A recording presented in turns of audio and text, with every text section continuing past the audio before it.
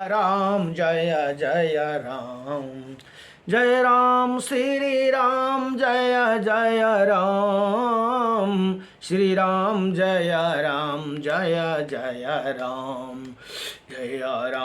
श्री राम जय जय राम श्री राम जय जय राम। श्री गुरु चरण सरोज रज निजा मन मुकुर सुधारी वरणौ रघुवर विमल जसु जदायक फलचारी बुद्धिहीन तनु जानिके सुमिरौ पवन कुमार बल बुद्धि विद्या देहु मोहि हरहु कलेश विकार। जय हनुमान ज्ञान गुण सागर जय कपीश तिहु लोक उजागर रामदूता तिलुत बल धाम अंजनी पुत्र पवन सुत नाम महावीर विक्रम बजरंगी कुमति निवार सुमति के संगी कंचन बरन विराज सुवेशा कानन कुंडल कुंचित कैसा हाथ ब्रज और ध्वज विराजे कांज मोज जनेऊ साजे शंकर सुवन केसरी नंदन तेज प्रताप महाजगवंदन विद्यावान गुणी अति चातुर राम काज के करिबे को आतुर प्रभु चरित्र सुनव को रसैया राम लखन सीता मन बसैया सूक्ष्म रूप धरि सियास दिखावे विकट रूप धरि लंका जरावे भीम रूप धरि असुर सहारे श्री रामचंद्र के काज सहारे लई सजीवन लखन जियाई श्री रघुबर सौरि लाई रघुपति काई बहुत बड़ाई तुम मम प्रिय भरत सम भाई सास बदन तुम्हारो जस गावे अस कही श्रीपति कंठ लगावे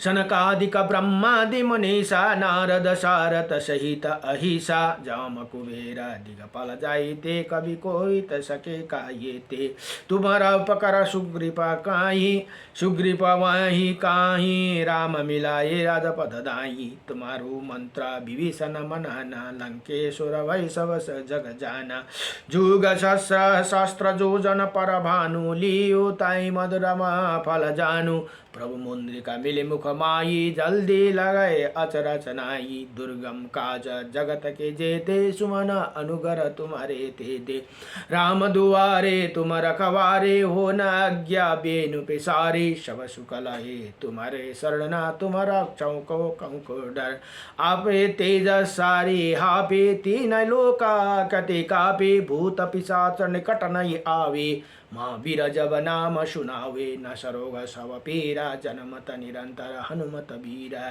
जय जय हनुमान गोसाई हनुमत बीरा।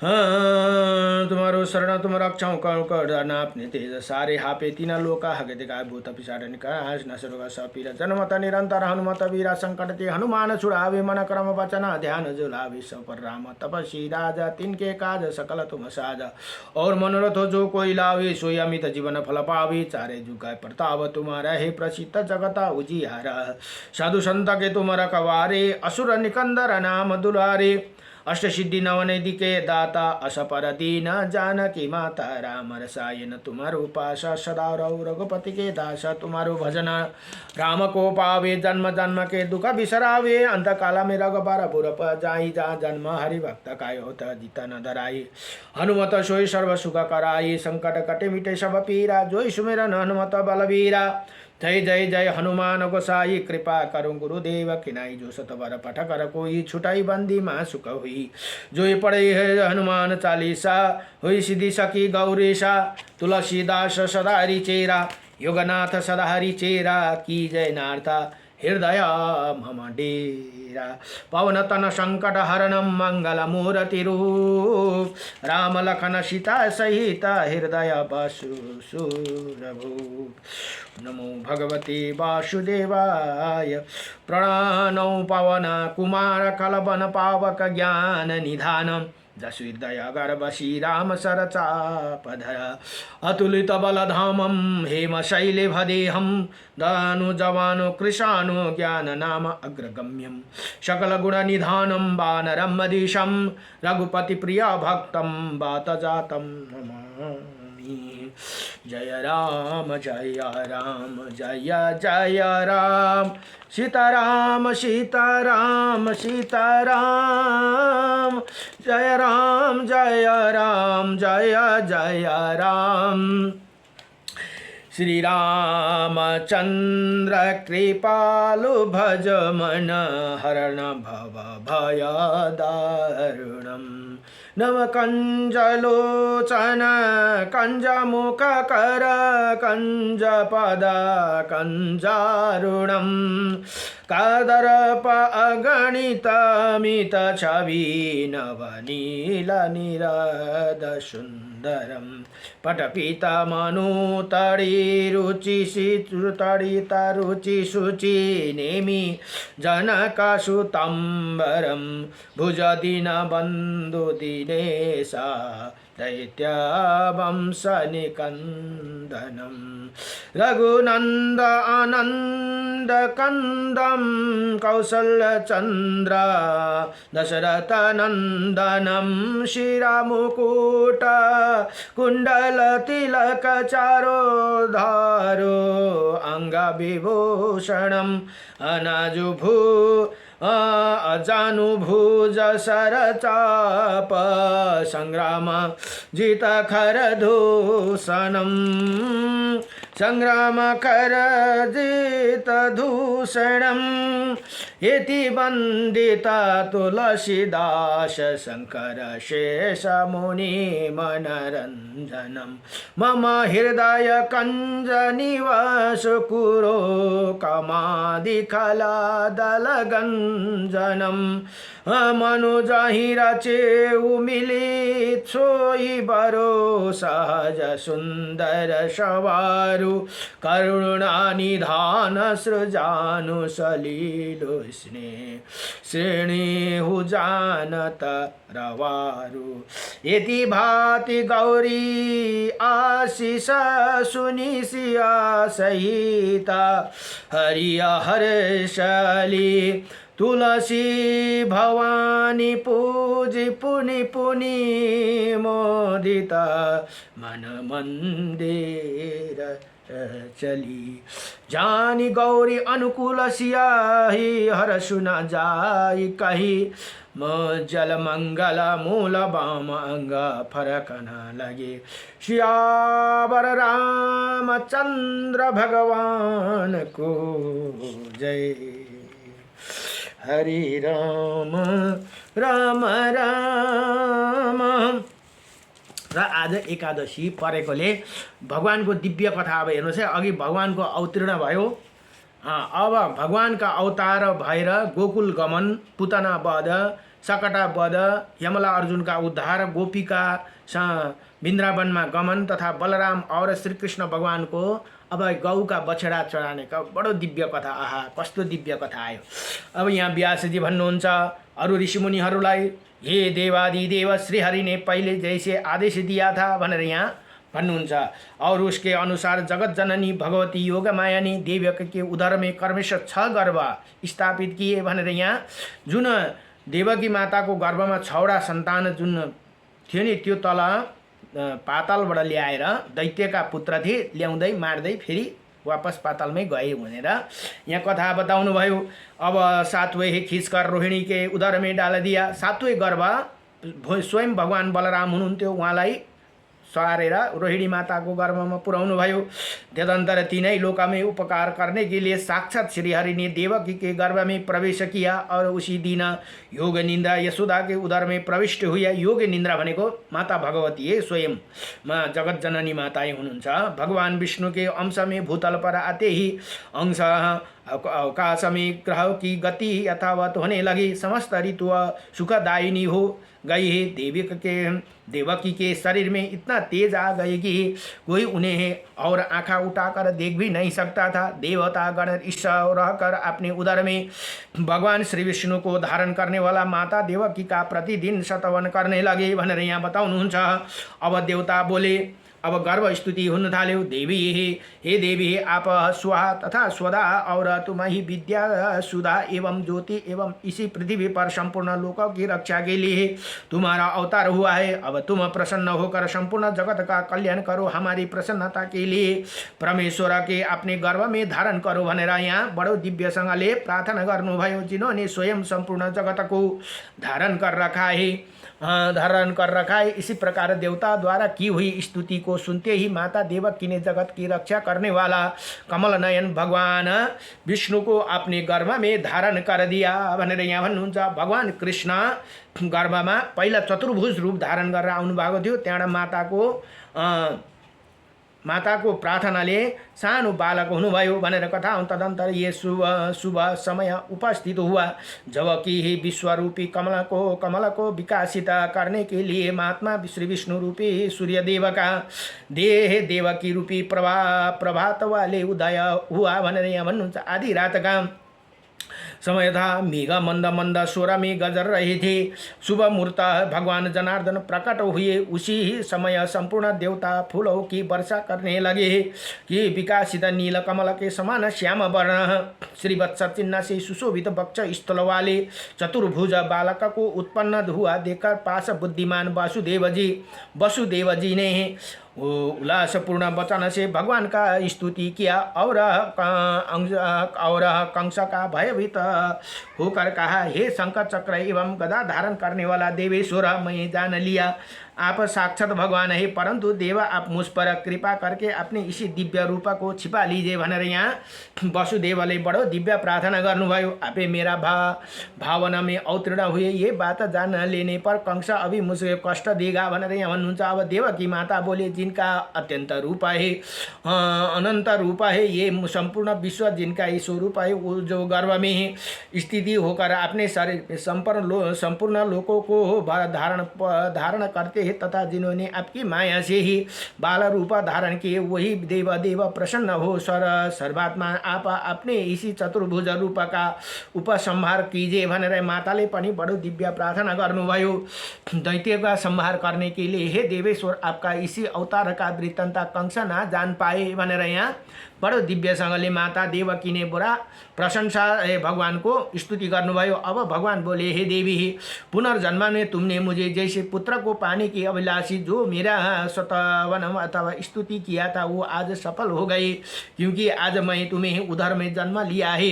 हे मुनिवर, ये कहकर भगवान मौन हो गए। तथा वसुदेव जी ने रात में उन्हें लेकर घर से बाहर निकला। वसुदेव घर है ना, ये कारागार से बाहर निकला। जाते समय पहाड़ देने वाले मथुरा के द्वारपाल योग निद्रा के प्रभाव से अचेत हो गए थे। उसी रात में बादल वर्षा कर रहे थे और वो देखने शेषनाग ने छत्र की भांति अपने ही फण से भगवान के ढक लिया था। वही वसुदेव जी के पीछे पीछे चलने लगे। मार्ग में अत्यंत गहरी यमुना जी बढ़ रही थी। उनके जल में नाना प्रकार की सैकड़ों लहर उठ रही थी तथा किंतु भगवान विष्णु को ले जाते समय वसुदेव जी घुटने तक होकर बहने लगी। वसुदेव जी ने उसी अवस्था में यमुना को पार किया। उसी ने देखा कि नंदा आदि बड़े बड़े गोप राजा कंस का कर लेकर यमुना जी के तट पर आए हुए।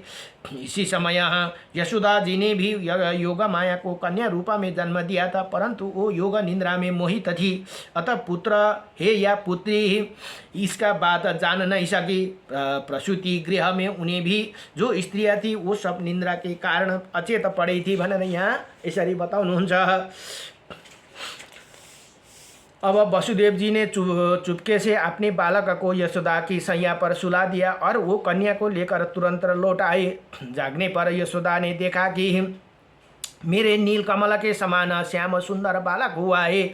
इसी से उन्हें बड़ी प्रसन्नता हुई। अब वसुदेव जी भी कन्या को लेकर अपने घर लौट आए और गोकुल इधर लौट आए और इसी देवकी का सैया पर देवकी की सैया पर सुलाकर पहले की भांति बैठे रही। इतने में ही बालक के रोने के शब्द सुनकर पहर देने वाला द्वारपाल साहस उठकर खड़े हो गए और उन्होंने देवकी के सातवां संतान होने का समाचार कंस को निवेदन किया।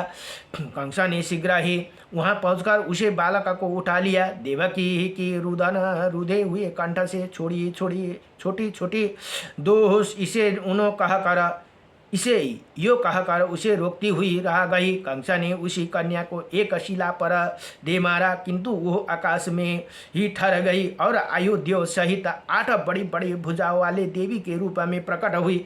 उसने उच्च स्वर से अट्टहास किया और कंस को रोषपूर्वक कहा, अरे ओ कंस, मुझे पटकने से क्या लाभ हुआ? जो तेरा वध करने के लिए प्रकट हो चुके हैं वो देवताओं के सर्वभूत एवं श्री हरि की पुनर्जन्म भी तेरे काल थे। इन सब बातों पर विचार करके वो तू शीघ्र ही अपने कल्याण का उपाय करो। ये कहकर देवी कंस को देखते देखते आकाश मार्ग में चली गए।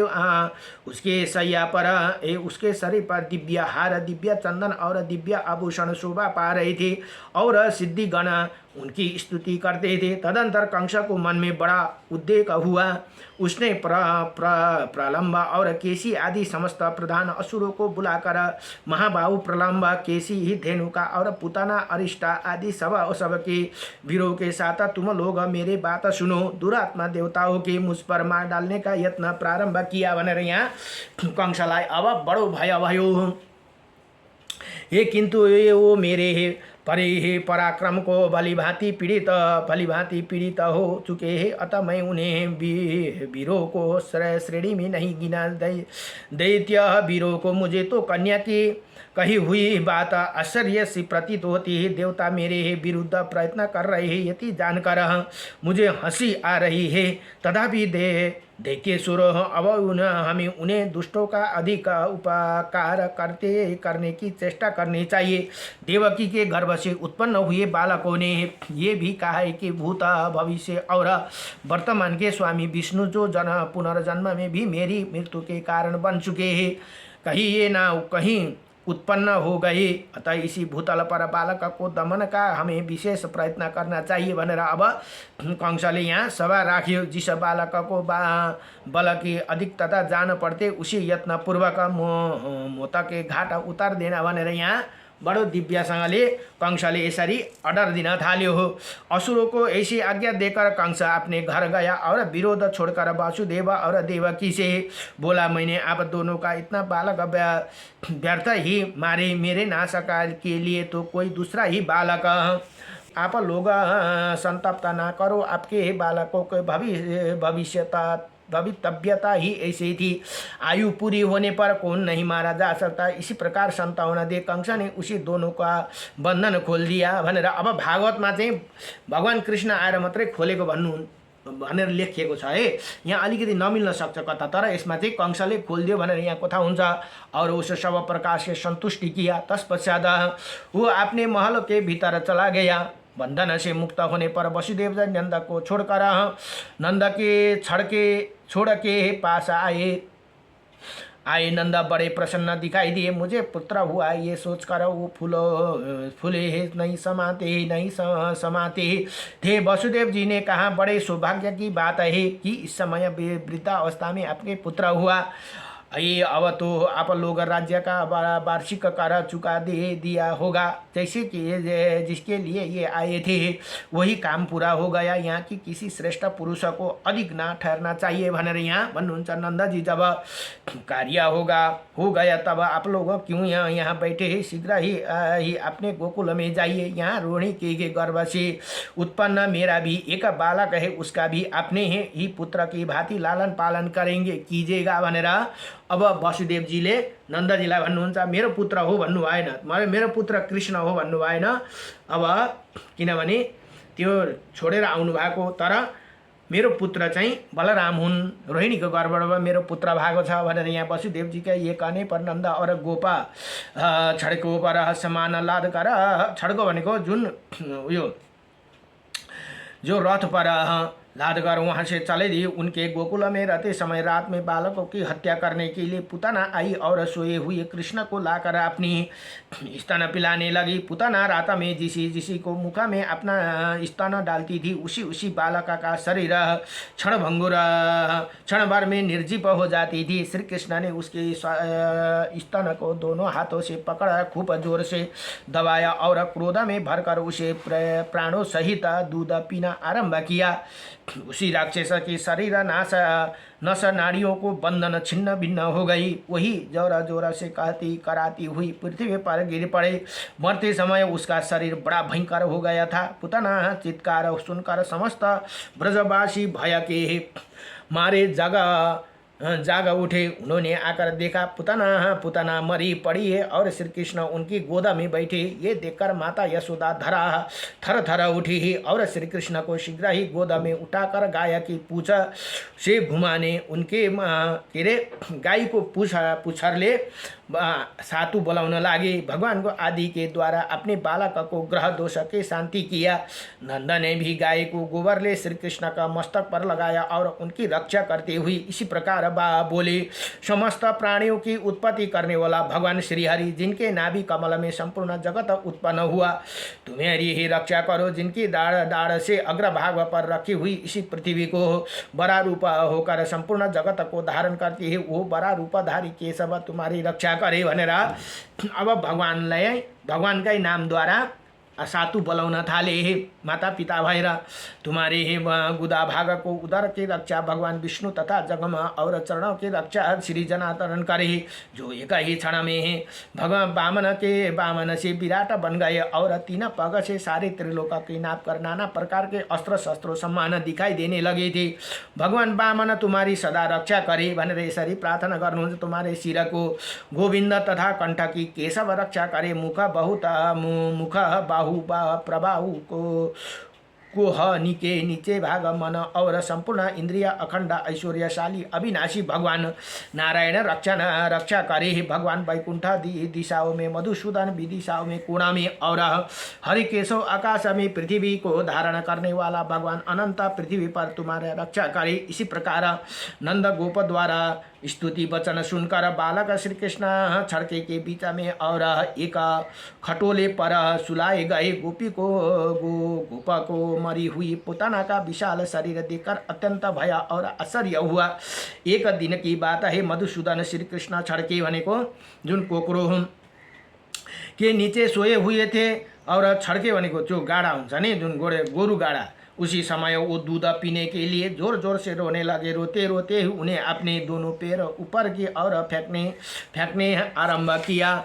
अब उनके एक पेड़ छड़के के छू गया, तब हल्के से आघात के वो छड़के उलट कर गिर पड़ा। उसी में रखे हुए मटके और घड़ी भी टूटा फूटा हो गई। उसी समय समस्त गोपियाँ हाहाकार करती हुई वहाँ पहुँची। उन्होंने देखा कि बालक श्री कृष्ण उतान सोए हुए थे। तब गोपियों ने पूछा कि किसने ये छड़के को उलट दिया। वही कुछ बालक खेल रहे थे। उन्होंने कहा, इसी बच्चे ने ही गिराया है। ये सुनकर गोपियों को मन में बड़ी आश्चर्य हुआ। नंद गोपा ने अत्यंत विस्मित होकर बालक को गोद में उठा लिया। यशोदा ने भी आश्चर्य चकित हो टूटे फूटे हैं भाड़ों के टुकड़ों के छड़की की दही फूल फल और अक्षता से पूजा की। एक दिन वसुदेव जी ने प्रेरणा से गर्ग जी को गोकुल में आए और उन्होंने गोपा से छिपे ही उन्होंने दोनों बालकों के दिजो चित्त सत्कार किया। उनके नामकरण संस्कार करते हुए परम बुद्धिमान गर्ग जी ने बड़े बालक का नाम राम और छोटे का नाम कृष्ण भनेर राखिदिनु भयो भनेर यहाँ बताउनुहुन्छ। अब थोड़े ही दिनों में वो दोनों बालक महाबलवान के रूप में प्रसिद्ध हो गए।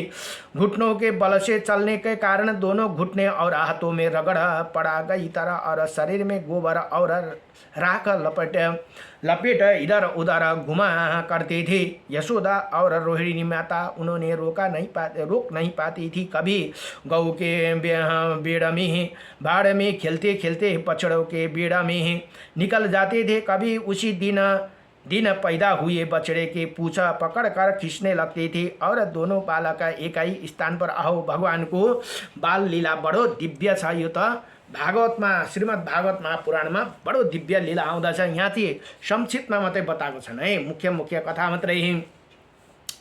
स्थान पर साथ खेलती और अत्यंत चपलता दिखाई देती थी। एक दिन जब यशोदा उन्हें किसी प्रकार रोक ना सकी, तब उनके मन में कुछ क्रोध आ गया। उन्होंने अनायास ही बड़े बड़े कार्य करने वाला श्री कृष्ण की कमर में रसी कसदी भनेर यहाँ भन्नुहुन्छ। डोरीले भगवानलाई बाँध्नुभयो भनेर भन्नुहुन्छ। उसी उखल से बाँधा दिया, उखलमा बाँधिदिनु भयो भने ओखलीमा।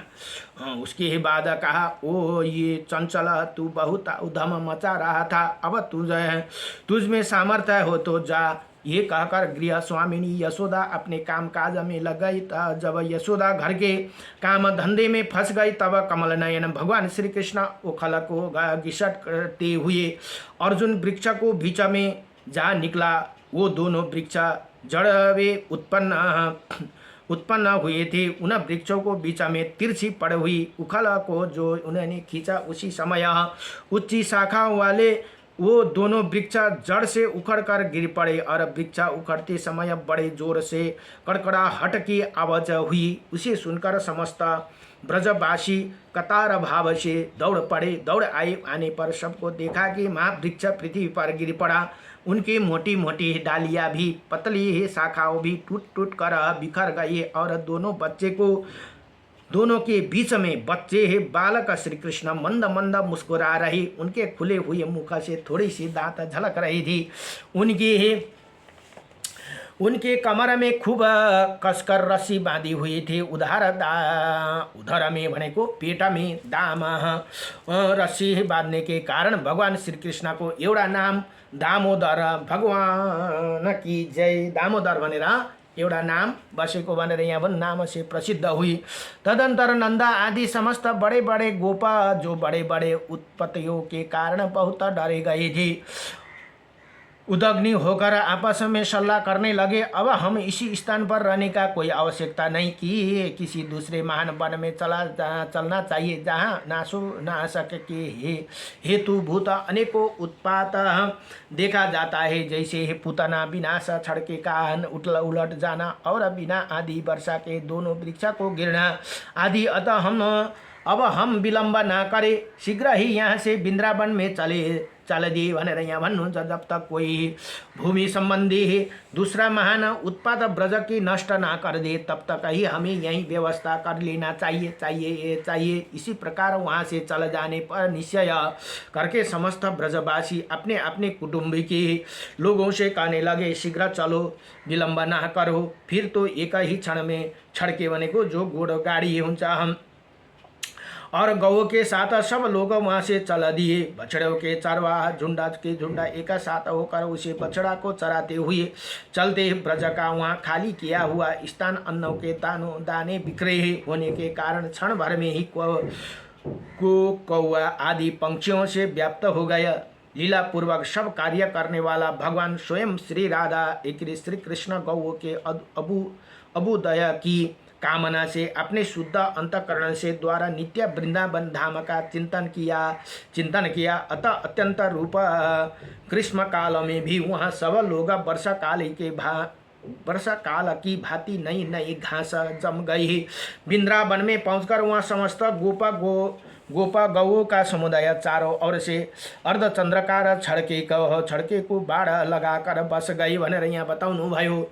बड़ो भगवान को बड़ो दिव्य लीला यहाँ कथा आउँदैछ। तत्पश्चात बलराम और श्री कृष्ण बछड़ा की चारवाही करने लगे। गोष्ठ में रहकर और दोनों भाई अनेकों प्रकार की बाल लीलाएं किया करते थे। मोर पंख का मुकुट बनाकर पहनते, जंगली पुष्पों को कानों में धारण करते ही तभी मुरली बजाते और कभी पत्तों की लपेट कर उनके छिद्रों से तरह तरह की ध्वनि कर निकालती थी। दोनों कहकर आहा पृथ्वी पक्षधारी बालक हंसते खिलते हुए भगवान को लीला बड़ो दिव्य लीला छना महान वनों में वितरण करते थे। सभी आपस में एक ही दूसरों को हंसते हुए खेलते खेलते और कभी दूसरों ग्वाला बालों के साथ बालोचित्त क्रिया करते थे। फिरते थे। इसी प्रकार कुछ समय बीतने पर बलराम और श्री कृष्ण 7 वर्ष का हो गई भनेर यहाँ बताउनु भयो। जो संपूर्ण जगत का पालन करने वाला उस महाब्रज में बछड़ा पालक बने हुए थे। धीरे धीरे ग्रीष्म ऋतु के बाद वर्षा का समय आ गया। मेघा की घाट से संपूर्ण आकाश आच्छादित हो गया। निरंतर धारावाहिक वृष्टि होने के कारण दिशाया एक सी जान पड़ती थी। पानी पड़ने से ही